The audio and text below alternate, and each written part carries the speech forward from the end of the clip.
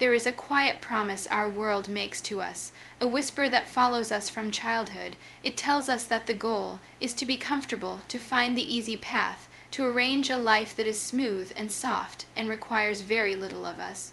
We have been taught to seek out the path of least resistance as if it were a reward. But what if that promise is a trap? What if your pursuit of ease is the very thing that is making you weak? We have become addicted to ease. We outsource our thinking to algorithms, our strength to machines, our challenges to someone else. We avoid difficult conversations. We quit when the learning curve gets steep.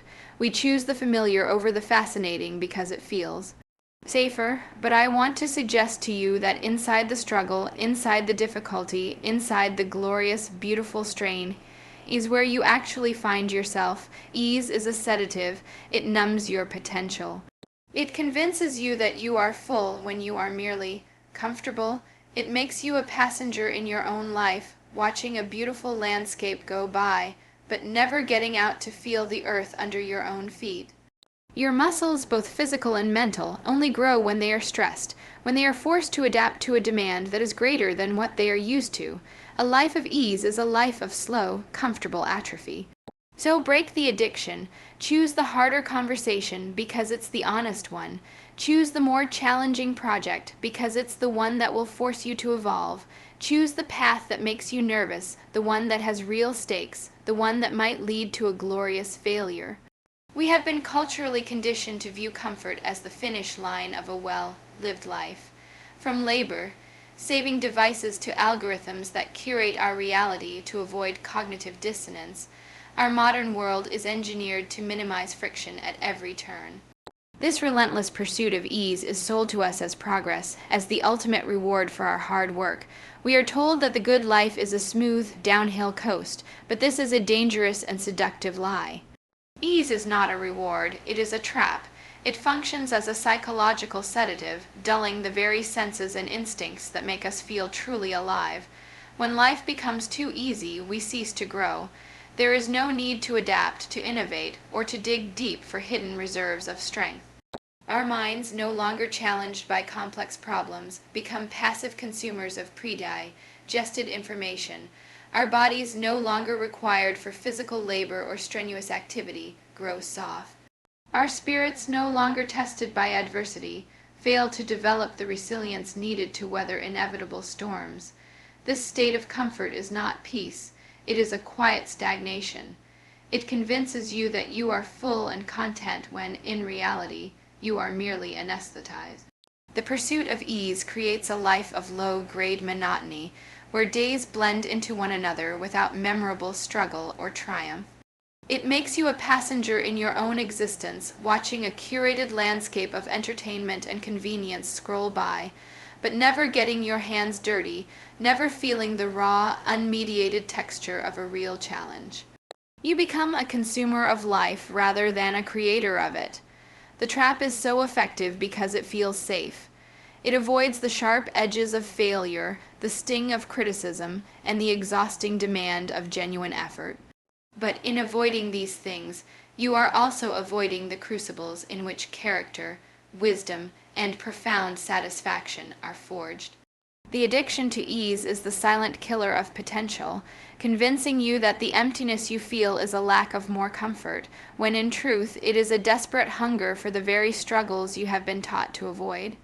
The human body and mind operate on a fundamental biological principle: adaptation to stress.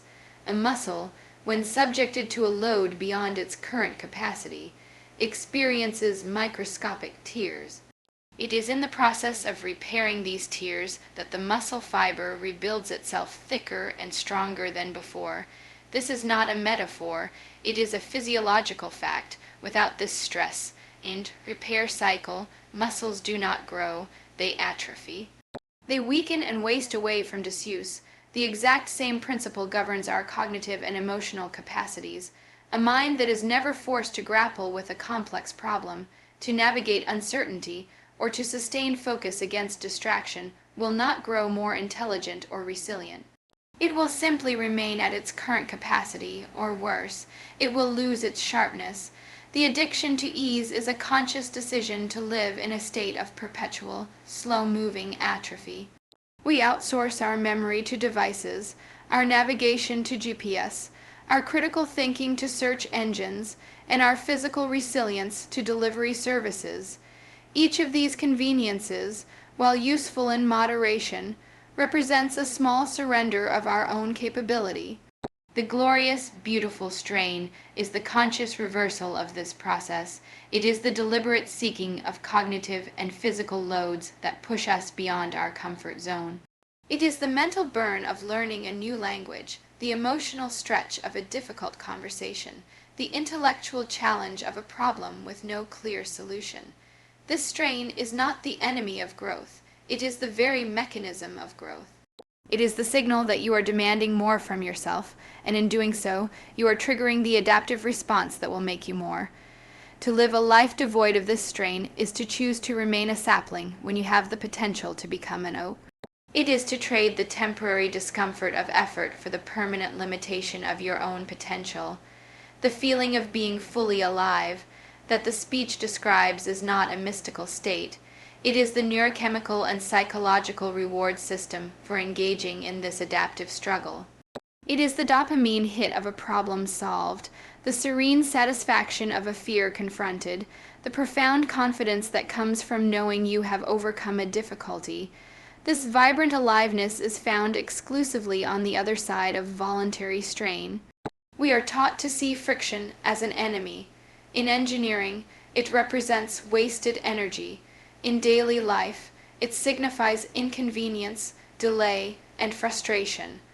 Our entire technological ecosystem is built to eliminate it.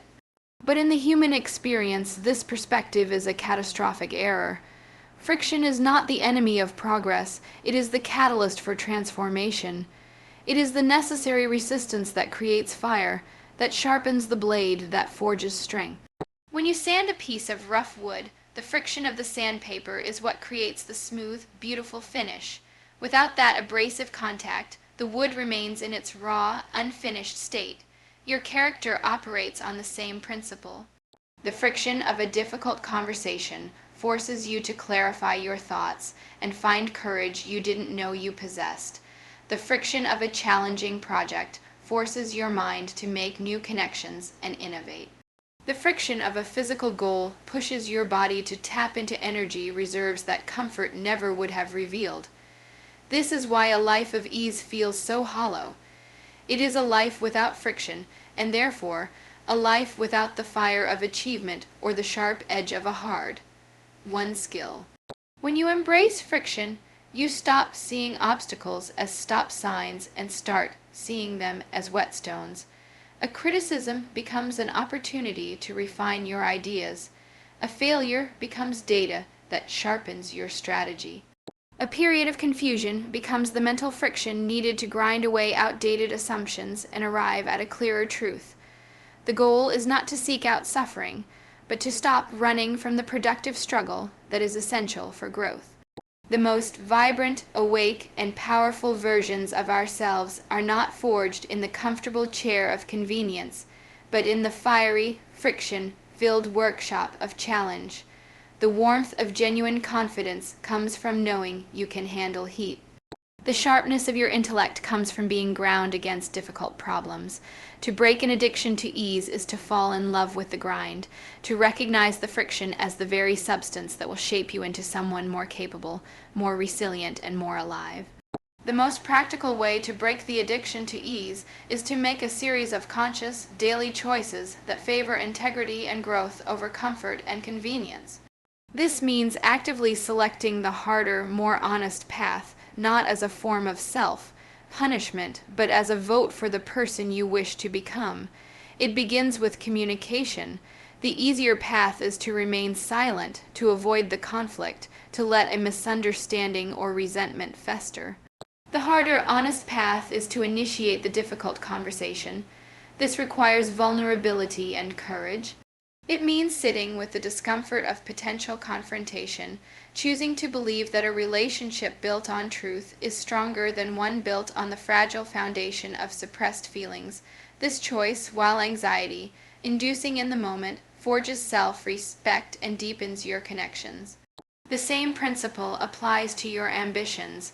The easier path is to choose the project you know you can complete with competence, the one that fits neatly within your existing skill set. It is safe, respectable, and requires little growth. The more challenging path is to choose the project that makes you nervous, the one that forces you to learn a new skill, to risk a public failure, to operate at the very edge of your understanding. This path is fraught with uncertainty and the sting of a steep learning curve.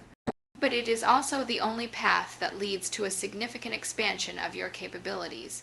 It is the path where you discover that your potential is far greater than your resume suggests. Finally, this applies to the very direction of your life. The easier path is the familiar one, the one laid out by family expectations or societal norms. It is the well-trodden road that promises a predictable, if unremarkable, destination. The path with real stakes is the one you chart yourself. It is the entrepreneurial venture, the career change, the creative pursuit that has no guaranteed outcome. It is the path that might lead to a glorious failure, a setback that, while painful, provides you with more wisdom, strength, and clarity than a dozen easy successes ever could. By consistently choosing the harder, honest option, you are not making your life unnecessarily difficult. You are conducting a deliberate campaign against mediocrity. You are building a life not of comfort, but of character, a life defined not by the ease of its path, but by the magnitude of the journey and the depth of the person you became while walking it. The feeling we so often chase, that sense of being fully awake, vibrantly engaged, and powerfully present in our own lives, is not a product of comfort. It is not found in the passive consumption of entertainment or the serene absence of problems. This electric state of aliveness is a direct and predictable consequence of navigating difficulty. It is the neurochemical and psychological reward for stepping into the arena and engaging with a worthy challenge. When you choose the hard path, your senses sharpen. The world becomes more vivid because you have a stake in the outcome. The colors are brighter, conversations are richer, and small victories taste sweeter because you are not a spectator. You are a participant in a high-stakes game of your own choosing. This is the opposite of the numb, autopilot existence of a life addicted to ease. On the other side of discomfort lies a profound sense of engagement. When you solve a problem that initially seemed insurmountable, you experience a surge of agency. You learn that you are not a victim of your circumstances, but a force capable of shaping them. This breeds a quiet, unshakable confidence that no amount of external validation can provide. The struggle itself becomes a source of energy. The mental focus required to learn a new skill, the physical endurance to complete a tough workout, the emotional resilience to navigate a conflict, these efforts generate their own momentum. They pull you out of the lethargy of comfort and into a state of flow, where time distorts and you are completely absorbed in the task at hand. This is the essence of being truly awake. Furthermore, confronting difficulty provides the contrast that makes joy possible. A life of uniform ease has no peaks and valleys. It is a flat line. But when you have struggled, when you have felt the strain and the doubt, the subsequent moments of peace, connection, and success are felt with a depth that is otherwise inaccessible. The relief after a difficult conversation, the triumph after a long project, the quiet pride after a personal goal is met. These are the moments that give life its texture and meaning.